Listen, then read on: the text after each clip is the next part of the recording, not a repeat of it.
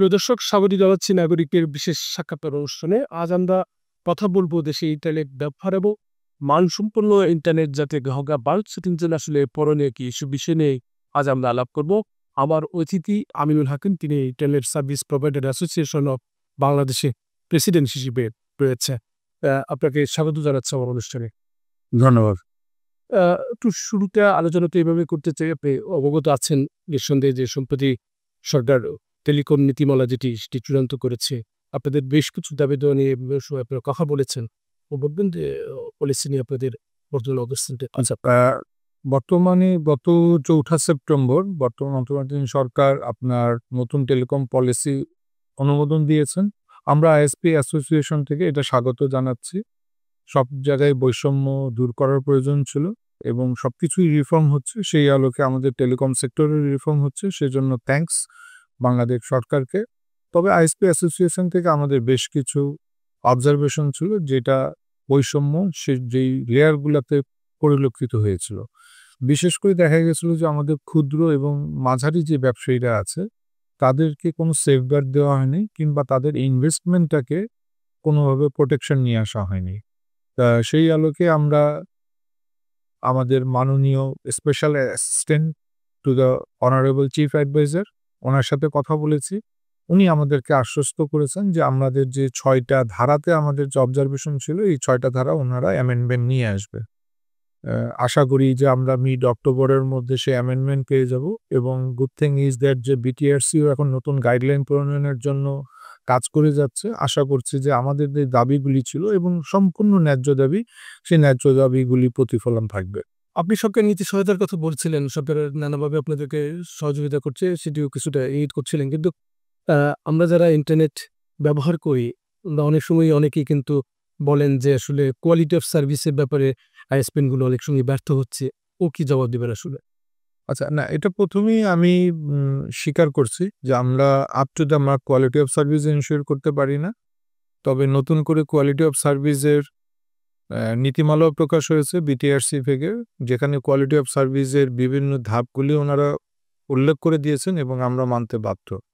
কিন্তু আমরা quality of service কেন দিতে পারি না, সেই বিষয়গুলি নিয়ে কিন্তু কোনো সময় মিডিয়াতেও আলোচনা হয় না, কিংবা আমাদের যারা গার্জেন আছেন বিটিআরসি সেখানেও আলোচনা হয় না। আমাদের দীর্ঘদিনের দাবি ছিল গিয়ে অ্যাক্টিভ শেয়ারিং। যদিও এটা নতুন টেলিকম পলিসিতে অনুমোদন দিয়েছে। দেখেন, অ্যাক্টিভ শেয়ারিংটা যখন ছিল না আমাদের মধ্যে, তখন কিন্তু কেবলের যত্রতত্র ব্যবহার ছিল। পাঞ্চ অফ কেবল রাস্তার মধ্যে দেখা যেত। সিটি বিউটিফিকেশন নিয়ে সমস্যা হতো, তখন আমাদের কেবল মেনটেন্যান্সেরও বিভিন্ন সমস্যা হতো। তা কেবল মেনটেন্যান্সে সময় লাগা মানেই গিয়ে ডাউন টাইমটা বেড়ে যাওয়া, কিংবা আমি অপরপক্ষে বলতে পারি যে আমাদের রেস্টোরেশন টাইমটা যে মিনিমাইজ করে নিয়ে আসা, সেটাও আমরা সম্ভব হতো না।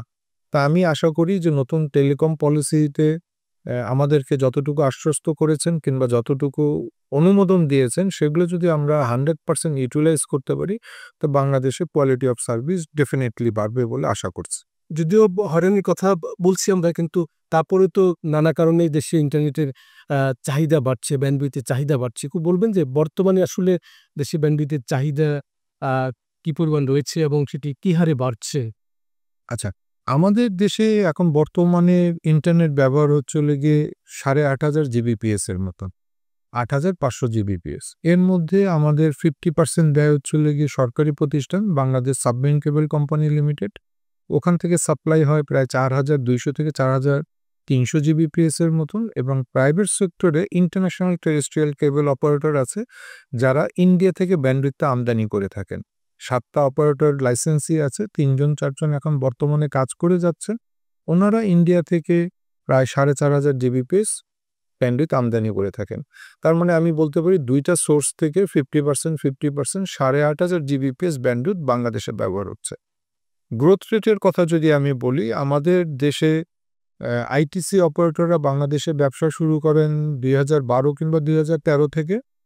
তা আমি 2013 থেকে যদি কম্পারিজনটা করি, 2013 সালে বাংলাদেশে ব্যান্ডউইথ ব্যবহৃত হতো ক্লোজ টু 50 জিবিপিএস এর মতন। এর মধ্যে maximum bandwidth ITC operator provide করতেন। এবং 2013 পরে যদি আমি 2015 আলোচনা করি, প্রায় 3 গুণের মতন ব্যান্ডউইথ বাংলাদেশে ইনক্রিজ হয়েছিল। মানে 150 জিবিপিএস এর মতন 2015 সালে বাংলাদেশে ব্যবহৃত হতো। অলমোস্ট 60% ব্যান্ডউইথ ইন্ডিয়া থেকে আমদানি করতে হতো এবং 40% ব্যান্ডউইথ বিএসসিসিএল প্রোভাইড করতে। 2015 পরে যদি আমি 2020 সাল বলি, 2020 সালে কিন্তু আমাদের একটা দেশ মানে পুরো পৃথিবী লকডাউন হয়ে যায়, করোনা মহামারী আকারে হয়, আমরা সবাই হোম অফিস, হোম স্কুলিং নিয়ে অভ্যস্ত হয়ে পড়ি। তো 2020 সালে এটা প্রায় 150 জিবিপিএস থেকে একবারে বেড়ে 1800-1900 জিবিপিএস এর মতন হয়েছিল। তার মানে প্রায় 12 থেকে 13 টাইমস ব্যান্ডউইথের ব্যবহার বেড়ে গেছিল, যেহেতু আমাদের তখন লাইফ স্টাইলটাই সম্পূর্ণ চেঞ্জ হয়ে গেছিল। তো এই 1800 জিবিপিএস যে ব্যান্ডউইথটা ব্যবহার হতো 2015 সালে, সেখানেও দেখা গেছে যে প্রায় 65 থেকে 70% ব্যান্ডউইথ প্রোভাইড করতেন আইটিসি অপারেটরগুলি, যেটা ইন্ডিয়া থেকে আমাদের আমদানি করতে হতো, এবং বাকি 30-35% ব্যান্ডউইথ সরকারি প্রতিষ্ঠান বিএসসিসিএল দিত। 2020-এর পরে যদি আমি এখন 2025 বলি, আমি 5 বছর গ্যাপে যদি বলি, তাহলে একটা মোটামুটি ক্লিয়ার পিকচার আসে।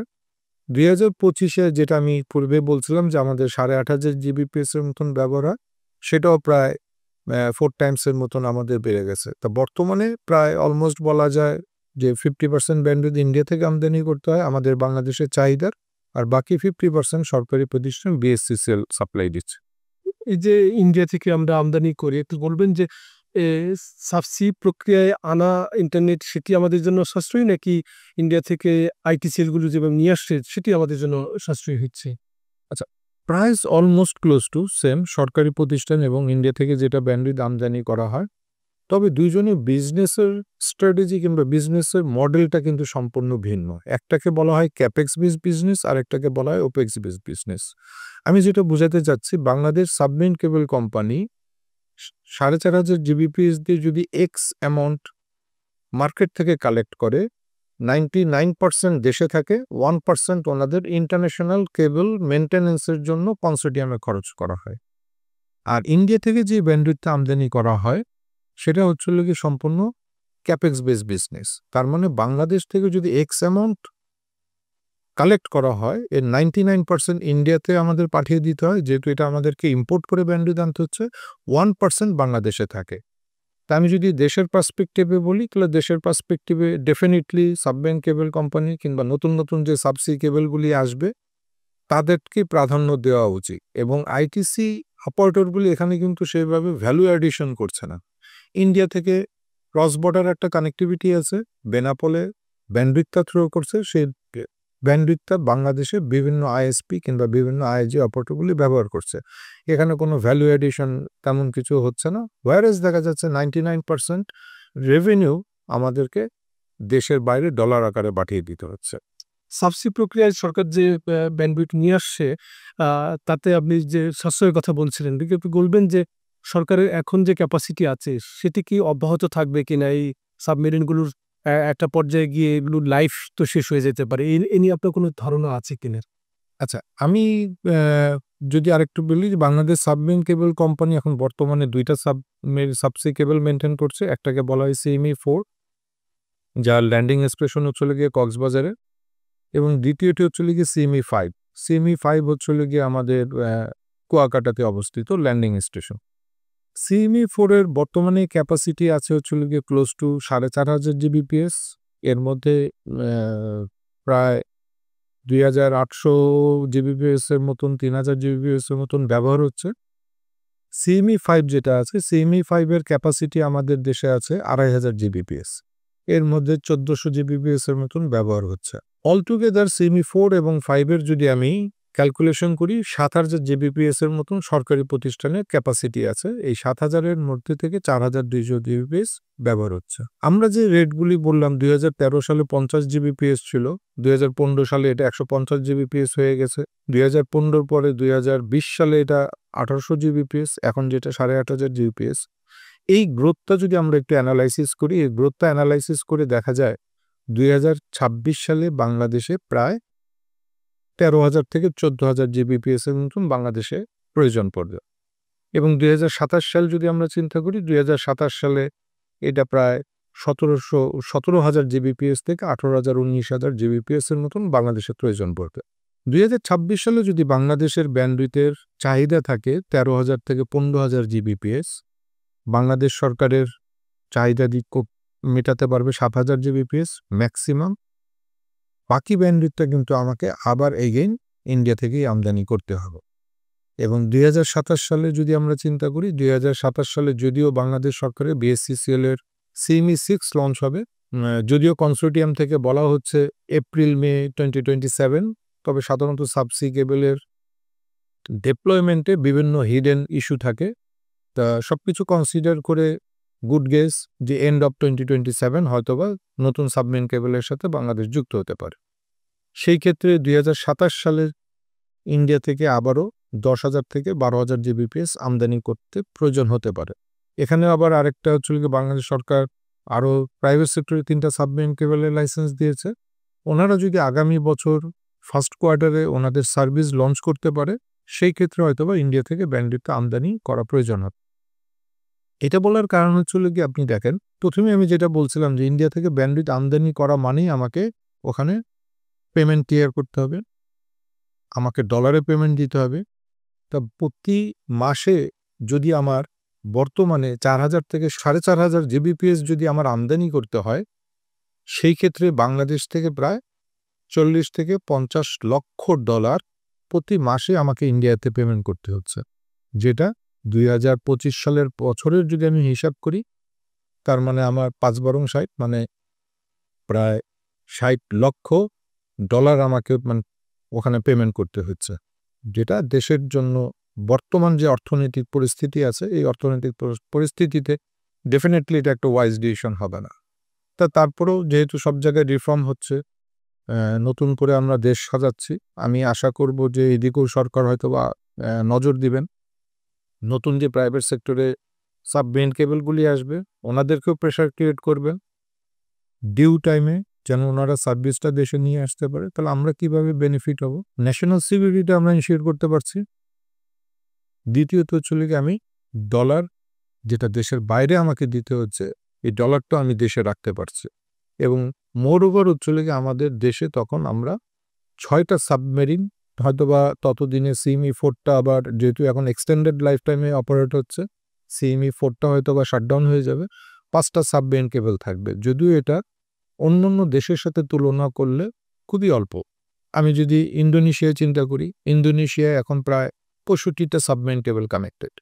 ইন্ডিয়া, পাকিস্তান কিংবা সিঙ্গাপুর এসব যদি দেখেন, 20টা, 30টা, 50টা সাবমেরিন কেবল সবার সাথে কানেক্টেড। বাংলাদেশে এখন পর্যন্ত আজকে 2টা সাবমেরিন কেবল, 2027-এ যদি সরকারি আরেকটা আসে 3টা হবে, প্রাইভেট সেক্টরের 3টা যদি থাকে, এবং সিএমই 4 যদি 2028-29 সালে যদি ব্যবহার যোগ্য না থাকে, তাহলে 5টা সাবমেরিন, মানে এটাও কিন্তু খুব একটা বেশি নাম্বার অফ সাবমেরিন কেবল না। দেশকে উন্নত আমরাও চাই, দেশের ব্র্যান্ডিং আমরা চাই। আউটসোর্সিংয়ের কথা বলি, গার্মেন্টস সেক্টরের কথা তো আমরা জানি যে কিছুটা ধস নেমেছে বিভিন্ন ট্যাক্সেশন এইসব কারণে। কান্ট্রি ব্র্যান্ডিংয়ের কথা যদি বলি, বড় বড় টেক জায়ান্টের কথা যদি আমরা বলি, এই টেক জায়ান্টকে যদি বাংলাদেশে ওয়েলকাম আমরা করতে চাই, বাংলাদেশে নাম্বার অফ সাবমেরিন কেবল আরও বাড়াতে হবে, এবং ইন্ডিয়ার উপর যে আমাদের নির্ভরতা আছে এটা আরও কমিয়ে নিয়ে আসতে হবে। একটু একটা বিষয় একটু আমাকে স্পষ্ট করবেন কিনা, এ পর্যন্ত ইন্ডিয়া থেকে আইটিসির আওতায় ইন্টারনেট আমদানি করতে আমাদের যে পরিমাণ খরচ করতে হয়েছে, যদি আমরা সাবমেরিন করতাম, একটু হিসাব আছে কিনা আপনাদের কাছে যে যে পরিমাণ অর্থ গেছে, এই পরিমাণ অর্থ আসলে আরও কয়েকটা সাবমেরিন করা সম্ভব ছিল কিনা বাংলাদেশের পক্ষে? আচ্ছা, আমি যতটুকু জানি সিএমই 4 এর বাংলাদেশ সরকারের প্রজেক্ট কস্ট ছিল $44 মিলিয়ন, সিএমই 5 এ ছিল $66 মিলিয়ন, এবং সিএমই 5 এ সিএমই 6 যেটা আসবে 2027-এ, তার প্রজেক্ট কস্ট অলমোস্ট 99 থেকে $100 মিলিয়ন। 2013 থেকে 2025 পর্যন্ত ইন্ডিয়া থেকে যে পরিমাণ ব্যান্ডউইথ আমদানি হয়েছে, আমি যেই তথ্যটা দিচ্ছিলাম, অলমোস্ট তার উপর বেস করে বলা যেতে পারে $800 থেকে $900 মিলিয়ন ইন্ডিয়াতে পেমেন্ট করতে হয়েছে 2013 থেকে 2025 সাল। এবং আগামী 2 বছর 3 বছর যদি আমরা হিসাব করি, যেহেতু আমাদের ব্যান্ডউইথের ব্যবহার বেড়ে যাচ্ছে, চাহিদা বেড়ে যাচ্ছে, 2026 এবং 27 যদি আমরা ক্যালকুলেশন করি, এই 2 বছরে মনে হয় আরও $200 কি $300 মিলিয়ন ইন্ডিয়াতে আবার পেমেন্ট করতে হবে, যেটা দেশের জন্য এই বর্তমান ডলার সংকটের সময় এটা ডেফিনিটলি সরকারের চিন্তা করা দরকার। আমি আশা করি পলিসি মেকার যারা আছেন, নীতি নির্ধারক যারা আছেন, তারা পজিটিভ চিন্তা করবে এবং দেশের জন্যই কাজ করবে। আপনাকে অনেক কৃতজ্ঞতা আমাকে এমন নাগরিককে সময় দেওয়ার জন্য। আপনাদেরকেও ধন্যবাদ। প্রিয় দর্শক, আমরা এতক্ষণ কথা বললাম দেশে ইন্টারনেট ব্যবসার আদ্যপাত্য নিয়ে। অতিথি যেটি বললেন যে ইন্ডিয়া থেকে বিশেষ করে আইটিসির আওতায় আমরা যে ইন্টারনেট আমদানি করি তাতে কিন্তু বিপুল বৈদেশিক মুদ্রা খরচ হয় এবং এর বড় একটি অংশ কিন্তু ডলার আকার আমাদেরকে পাঠাতে হচ্ছে। সেই দিক থেকে সাশ্রয়ী হচ্ছে সরকারি কায়দায় যেটি আমরা সাবমেরিন প্রক্রিয়ায় ইন্টারনেট আনাটা। আমরা আশা করব সরকার এখানে স্বচ্ছতা এবং জবাবদিহিতার আওতায় সঠিক সিদ্ধান্ত নেবে এবং মানুষ যাতে নিরবিচ্ছিন্নভাবে ইন্টারনেট সেবা পায় তার জন্য সঠিক যে পদক্ষেপ সেটি বিবেচনা করবে। আজ এখানে শেষ করছি। সবাই নিরাপদে থাকবেন, সুস্থ থাকবেন।